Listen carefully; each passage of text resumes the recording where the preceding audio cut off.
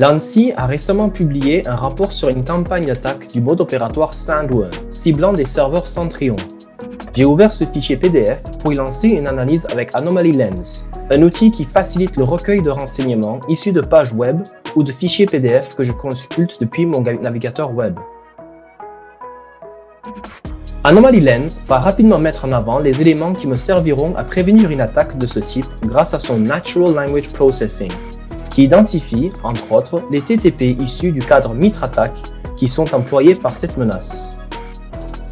Anomaly Lens reconnaît aussi les indicateurs de compromission qui me serviront à confirmer si oui ou non j'ai été victime de cette campagne. Les IOC entourés en rouge ont été vus dans les journaux d'événements de mon réseau informatique, ce qui me confirme immédiatement combien ce rapport m'est pertinent. Le rapport de l'ANSSI fait mention d'un event MISP dans lequel je trouverai davantage d'éléments techniques.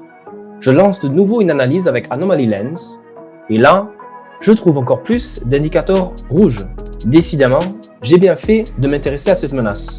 Je vais faire un import de ces informations dans ThreatStream, ma base de connaissances des cybermenaces, puis je vais pivoter vers Anomaly Match pour voir quelles machines dans mon réseau informatique ont été victimes de cette attaque. Anomaly Match est un moteur de recherche qui remonte de façon continue toutes les correspondances faites entre la totalité des renseignements dont je dispose et la totalité des journaux d'événements produits par le réseau informatique de ma société sur une durée d'1 an, voire plus. Ici, je vois notamment les correspondances avec les IOC relevées par Anomaly Lens, et je vois que la première attaque a eu lieu en janvier 2020, soit 1 an avant que le rapport de l'ANSSI ne soit publié. Pour aller plus loin dans mes recherches et analyses, je peux consulter ThreatStream, la plateforme de renseignement Anomaly. ThreatStream me sert non seulement comme base de connaissances sur les cybermenaces, mais aussi comme bande de travail pour mener mes propres enquêtes sur ces attaques qui me préoccupent. Ici, il m'est facile d'identifier les associations connues entre divers éléments, autant stratégiques que techniques, ainsi que d'en établir de nouvelles pour mieux cerner l'infrastructure de la menace qui me cible.